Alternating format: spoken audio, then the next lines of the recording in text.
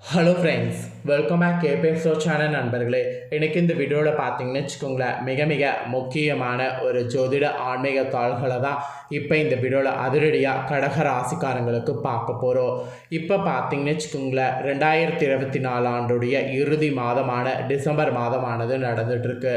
இந்த டிசம்பர் மாதம் முடியறதுக்கு இன்னும் கொஞ்ச நாட்களே இருக்குது. டிசம்பர் மாதம் முடிந்ததுக்கு பின்னாடி புதிய வருடமானது ஆரம்பமாக போகுது. புதிய வருடம் ஆரம்பமாகிறதுக்கு முன்னாடி இந்த 2024 கடைசியாக ஒரு முக்கியமான நாளானது வர இருக்குது. அது எந்த நாள் அப்படின்னு பார்த்தீங்கன்னா, டிசம்பருடைய 30ஆம் தேதி அன்று தமிழ் மாதம் பார்த்தீங்கன்னு வச்சுக்கோங்களேன், குரோதி ஆண்டுடைய 9வது மாதமான மார்கழி மாதத்துடைய 15ஆம் நாள். அதே போல் கிழமை பார்த்திங்கன்னு வச்சுக்கோங்களேன், திங்கக்கிழமை. இந்த நாள் அப்படி என்ன முக்கியமான நாள் அப்படின்னு கேட்குறீங்களா? இந்த நாள் பார்த்திங்கன்னு வச்சுக்கோங்களேன், அமாவாசையானது வருது.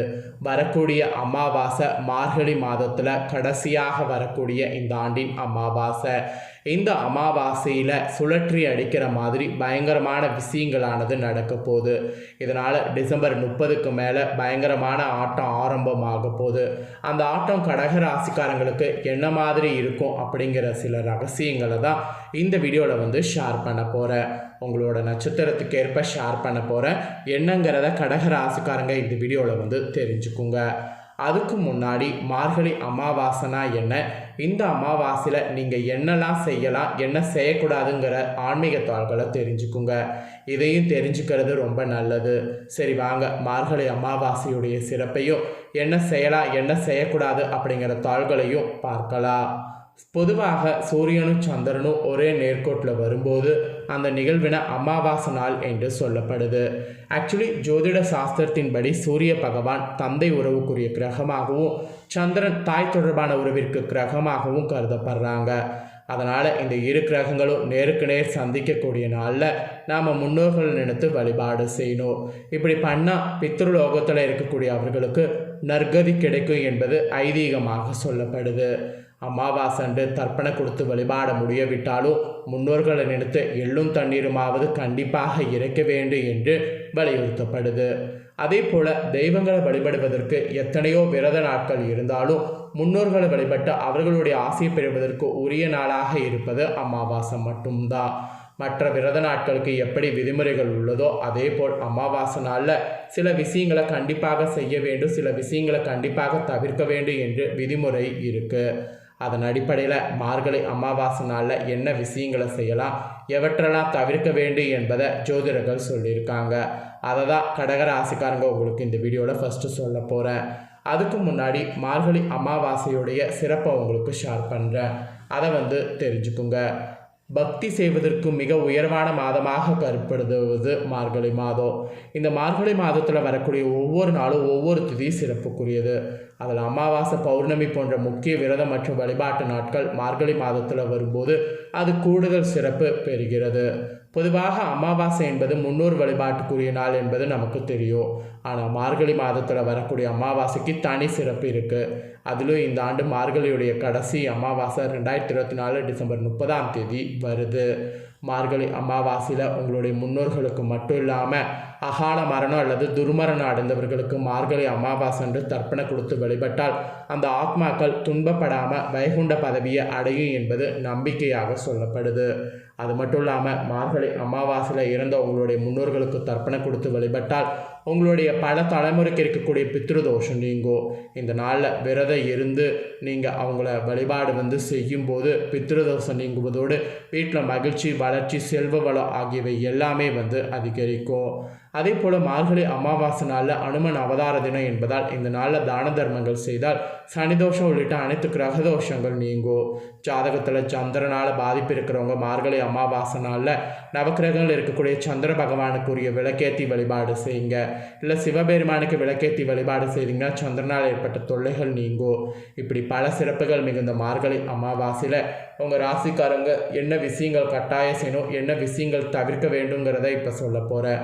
அதெல்லாம் தெரிஞ்சுக்குங்க. ஃபஸ்ட்டு செய்ய வேண்டியது சொல்கிறேன். புனித நதிகளில் நீராட வேண்டும். இந்த நாளில் புனித நீராடினால் கங்கையில் நீராடிய புண்ணிய பலன் கிடைக்கும். அப்புறம் இந்த நாளில் அன்னதானம், அரிசி, காய்கறி போன்றவற்றை தானமாக வழங்க வேண்டும். அப்புறம் இறந்து போனவர்களுக்கு தர்ப்பணம் பிண்டதானம் ஆகியவை நீங்கள் கண்டிப்பாக செய்யணும். அப்புறம் காகம் பசு போன்ற உயிரினங்களுக்கு இந்த நாளில் உணவளிக்கணும். முன்னோர்களை நினைத்து அன்னதானம் உள்ளிட்ட தான தர்மங்களை இந்த நாளில் நீங்கள் கண்டிப்பாக செய்யணும். அதுவும் அரச மரத்தடியில் நல்லெண்ணெய் தீபம் ஏற்றி இந்த நாளில் வழிபாடு செய்தால் சனிதோஷம் உள்ளிட்ட கிரக தோஷம் விலகும். அப்புறம் அஷ்டலட்சுமி வழிபாடு உள்ளிட்ட பெண் தெய்வ வழிபாட்டை மேற்கொள்ளணும். அதெல்லாம் பண்ணிங்கன்னா செல்வ வளம் உங்களுக்கு பெருகும், தடைகளானது உங்களுக்கு விலகும். அப்புறம் அனுமனை இந்த நாளில் வழிபாடு செய்திங்கன்னா ராகு கேது சனி போன்ற கிரகங்களால் ஏற்படக்கூடிய கெடுபலன் நீங்கும். இப்படி எல்லாமே உங்களுக்கு இந்த நாளில் செய்யணும் என்று இதெல்லாம் சொல்லப்பட்டிருக்கு. அப்புறம் தவிர்க்க வேண்டிய விஷயங்கிறதும் சில இருக்குது. இந்த நாளில் நீங்கள் சுபகாரியங்கள் நடத்துவது, புதிய தொழில் துவங்குவது, புதிய முதலீடுகள் செய்வது ஆகியவற்றை தவிர்க்க வேண்டும்.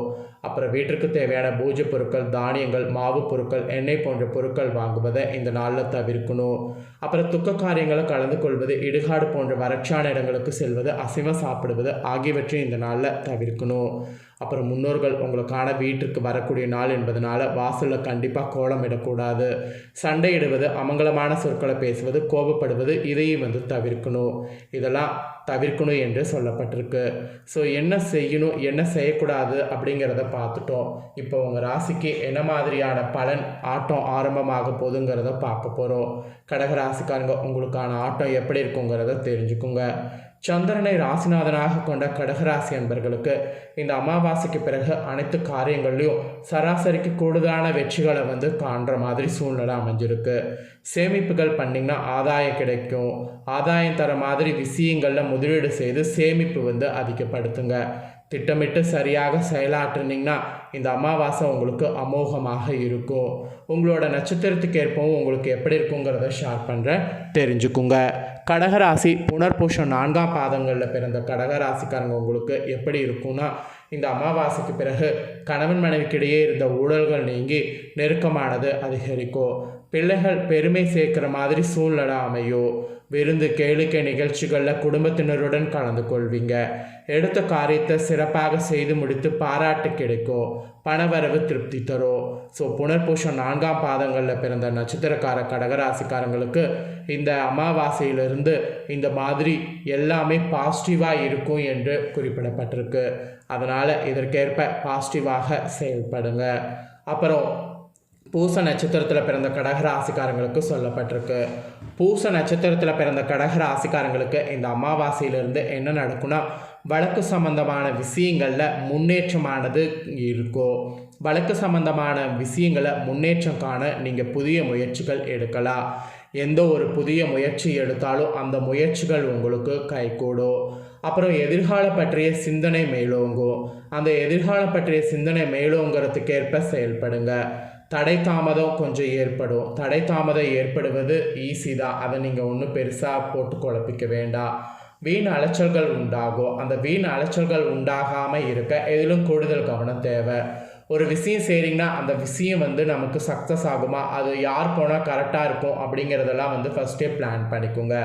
பிளான் பண்ணி செயல்படுங்க. அப்படி நீங்கள் செயல்பட்டிங்கன்னா உங்களுக்கு நஷ்டம் இல்லாமல் தப்பிக்கலாம். இது பூச நட்சத்திரத்தில் பிறந்த கடகராசிக்காரங்களுக்கு சொல்லப்பட்டிருக்கு. அப்புறம் கடைசியாக கடகராசி ஆயில்ய நட்சத்திரத்தில் பிறந்தவங்களுக்கு சொல்லப்பட்டிருக்கு. இதில் பிறந்தவங்களுக்கு என்ன சொல்லப்பட்டிருக்குன்னா, இந்த அமாவாசையிலிருந்து மன உறுதியானது உங்களுக்கு அதிகரிக்கும். சொத்துக்கள் அடைவதில் தடைகள் ஏற்படும். உயர்நிலையில் உள்ளவர்களோடு மன வருத்தம் ஏற்படும்படியான சூழ்நிலை வரும். அது மட்டும் கொஞ்சம் பார்த்து அவாய்ட் பண்ணுங்க. உடல் ஆரோக்கியம் பாதிக்கப்படலாம். அதனால் கவனமாக இருக்கணும். வாகனங்கள் மூலம் செலவு உண்டாகும். எதிர்பார்த்த பணவரவு இருக்கும். ஆனால் ஆயில்ய நட்சத்திரத்தில் பிறந்தவங்க ரொம்ப பார்த்து தான் செலவு பண்ணணும்னு சொல்லப்பட்டிருக்கு. ஆயில்ய நட்சத்திரத்தில் பிறந்த கடகராசிக்காரங்களுக்கு மட்டும் இந்த அமாவாசையிலேருந்து கொஞ்சம் கவனமாக இருக்கணும்னு சொல்லப்பட்டிருக்கு. மற்ற 2 நட்சத்திரக்காரர்களுக்கும் ஓகே தான். ஆனால் ஆயில்யில் பிறந்தவங்க மட்டும் கவனமாக இருங்க.